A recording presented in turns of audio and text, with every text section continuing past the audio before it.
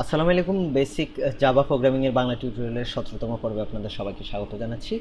আমাদের আজকের পর্বের আলোচনার বিষয় হচ্ছে কনস্ট্রাক্টর। তো কনস্ট্রাক্টর হয়তো সংজ্ঞায়িত করায় আমার একটু ভুল হতে পারে যদি আমি ভালো করে বোঝাতে যাই। তো সে কারণে যারা প্রোগ্রামার আছেন তারা আমার ভিডিও দেখে উল্টোপাল্টা কমেন্ট করবেন না। আসলে পিপলদেরকে বোঝানোর জন্য, সহজভাবে বোঝানোর জন্যই আমার এইভাবে বলতে হবে। কনস্ট্রাক্টর মানে সিনোনিমস হচ্ছে বিল্ডার, মানে বিল্ড করে। কাকে বিল্ড করে? অবজেক্ট ওরিয়েন্টেড প্রোগ্রামে অবজেক্টকে বিল্ড করে বা অবজেক্টকে ইনিশিয়ালাইজ করে। কিভাবে করে? আমি যদি একটা ক্লাস ক্রিয়েট করি, আমি ধরেন ক্লাসটার নাম দিলাম কিউব, কারণ এখানে আমরা কি করব, লেন্থ, ওয়াইড এবং হাইট ব্যবহার করে একটা কিউবের আমি পুরো আয়তনটা নির্ধারণ করব যে কতটুকু আয়তন এই কিউবের। তো সেজন্য আমি কি করব, এখানে ইন্টিজার নিতে হবে আমার, LENGST, লেন্থ, WIDTS, আর হাইট, আর হচ্ছে আমরা তিনটাকে গুণ করে যে ভলিউমটা নিব, ভলিউমটা একটা ইন্টিজার হবে, 4টে ইন্টিজার। এখন আমি কি করব, একটা মেথড ক্রিয়েট করব। তো মেথড কিভাবে ক্রিয়েট করতে হয় আপনারা তো জানেন। পাবলিক ভয়েড, তারপর হচ্ছে কিউব ভলিউম, আমি এর মধ্যে কি করলাম, ভলিউম ইকুয়াল টু দিলাম লেন্থ,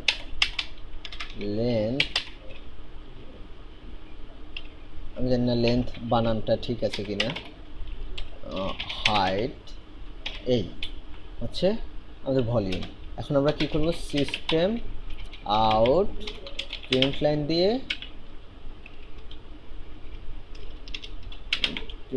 দিয়ে আমরা ভলিউমটাকে প্রিন্ট করব, সিম্পলি। এটা হচ্ছে আমাদের একটা নর্মাল মেথড। এখন আমরা কি কি করেছিলাম, আমরা এখানে এভাবে করেছিলাম যে যখন রান করতে হবে, যে কিউব অর্থাৎ ক্লাস নেমটা লিখেছিলাম, তারপর হচ্ছে অবজেক্টের নামটা লিখেছিলাম। তো আমরা এরকম লিখেছিলাম এখন পর্যন্ত যে কিউব অবজেক্ট, বা কোনো প্রোগ্রামার প্রথম বোঝানোর জন্য OBJ লেখে, অবজেক্ট।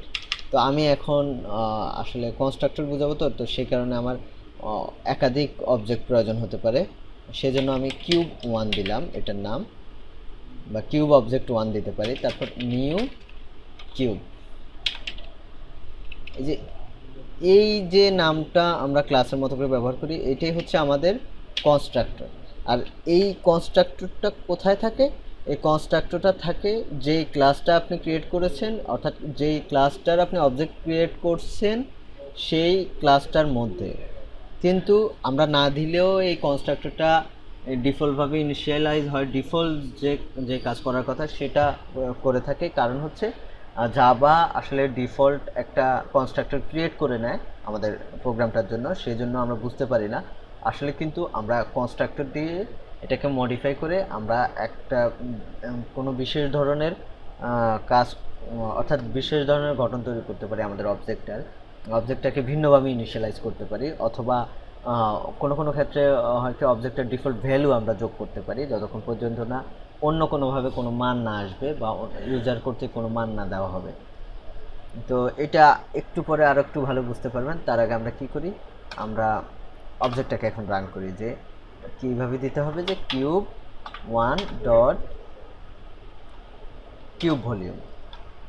তো এখন রান করলে কি হবে, আমাদের কিন্তু জিরো প্রিন্ট হলো কেন?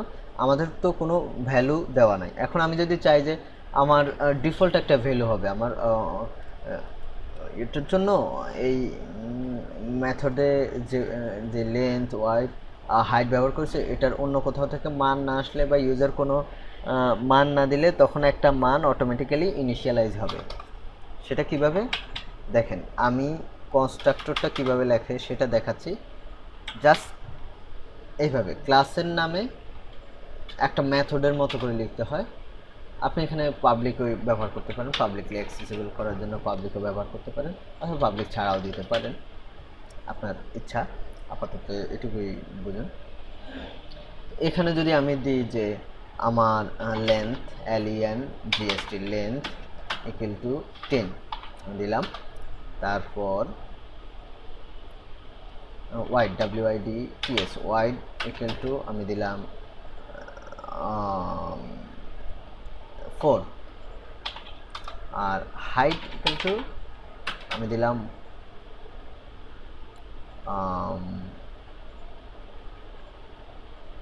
5, এই দিলাম। এখন দেখেন, এখন যদি আমরা প্রোগ্রামটা রান করি তাহলে 200, 4 10 40, 5 40, 200। বুঝতে পেরেছেন নিশ্চয়ই? আসলে ইনিশিয়ালি আমাদের এই মানটা কাজ করে। আমরা কিন্তু এখন ভ্যালু দিতে পারি। এখন আমরা কিন্তু এই লেন্থ ওয়াইড হাইটের ভিন্নভাবে আমরা ভ্যালু নিতে পারি। ভ্যালু নিতে পারলে এই ভ্যালুটার নিলে আর এই ভ্যালুটা আর কাজ করবে না, তখন আমাদের ডিফল্ট ভ্যালুটা আর কাজ করবে না, কি হবে, এই ভ্যালুটা কাজ করবে। তো এই গেল এক ধরনের ব্যবহার। আবার আমি ভিন্নভাবে, ধরেন আমি কিন্তু একাধিক কনস্ট্রাক্টর দিয়ে একটাই ক্লাসের একাধিক অবজেক্ট ক্রিয়েট করতে পারি। সেটা কীভাবে? ধরুন আমি আরেকটা ভার্সনে আরেকটু চেঞ্জ করব, যে আমি এখানে কিউব এর ভিতরে আমি প্যারামিটার দেব যে I J আর K, অথবা আমি দিলাম L যেহেতু লেন্থ ওয়াইড আর হচ্ছে হাইটের জন্য H, এভাবে দিলাম। আমি এভাবে দিয়ে আমি কি করলাম, যে length LEN GST length equal to আমি দিলাম L, আমি এলটাকে লেন্থের মধ্যে ফেলে দিলাম। তারপর WIDTS ওয়াইড ইকুয়াল টু আমি দিলাম W, R height equal to আমি দিলাম ACI GST height equal to আমি দিলাম 5, এইভাবে আমি দিয়ে দিলাম। ও সরি, আমাদের একটু ভুল হয়েছে, আমরা এগুলো তো ইনিশিয়ালাইজ করি নাই। যে ইন্টিজার, এটাও আমার ইন্টিজার আর এটাও আমার ইন্টিজার, আমি 3টি ইন্টিজার দিয়ে দিলাম, যে ইন্টিজারগুলো এখানে পাস করবে। এখন আমরা এইটা হচ্ছে আমাদের ডিফল্ট, আর আমরা যখনই প্যারামিটার দিয়ে দিলাম তখন কিন্তু এটা ডিফল্ট না। তখন প্যারামিটার যুক্তটা যেহেতু ডিফল্ট না, সেটা কীভাবে কাজ করতে হবে, আমরা আরেকটা অবজেক্ট ক্রিয়েট করি। আমরা অবজেক্ট 2 এটাকে নাম দিলাম। এখানে আমরা নিউ কিউব, আর এই কিউবের ভিতরে আমরা কি করব, আমরা 3টা ভ্যালু যদি দিয়ে দিই, এরকম 5 2 আর 3। তো জাভা এখন এই গঠন দেখে এটাকে বুঝতে পারবে যে এটা মেন হচ্ছে এইটা, যেহেতু আমরা এখানে 3টা প্যারামিটার দিয়েছি, এখানেও 3টা প্যারামিটার দিয়েছি। সো জাভা কিন্তু বুঝতে পারবে যে এইটা হচ্ছে এইটা রান হবে। অর্থাৎ এখন যদি ভিতরে আমরা অন্য কিছু করি, সেটা ওই কাজটাই করবে, যে লেন্থ ওয়াইড হাইট এভাবে না দিয়ে ভিন্ন কাজ করলে সেটাও করতো সে। আমরা সেভ দিলাম, সেভ দেওয়ার পরে আমরা এখন কিউবটা রান করে দিছি। কিউব ভলিউম রান করলাম 30, অর্থাৎ আমরা 5 দুগুণে 10 আর 3 10 30, অর্থাৎ আমরা কিন্তু মডিফাই করে ফেললাম আমাদের অবজেক্ট, ভিন্ন অবজেক্ট তৈরি করলাম, একটু মডিফাই করে আমাদের ক্লাসটার যে ডিফল্ট ভ্যালু সেগুলোকে মডিফাই করে আমরা এটাকে এরকমভাবে দিলাম যে এইখানে যে প্যারামিটারগুলো দেবে, এই প্যারামিটারগুলো এই প্যারামিটারের সাথে মিলে তখন এই কাজটা করবে। এই ছিল মোটামুটি কনস্ট্রাক্টরের আজকের টিউটোরিয়াল। আশা করি আপনাদের ভালো লেগেছে এবং আপনারা সব কিছু বুঝতে পেরেছেন। কোনো ধরনের সমস্যা হলে আমাদের ফেসবুক গ্রুপে জিজ্ঞেস করতে পারেন, অথবা সরাসরি ইউটিউবে কমেন্ট করতে পারেন। আর লাইক করুন, শেয়ার করুন, কমেন্ট করুন, সাবস্ক্রাইব করুন।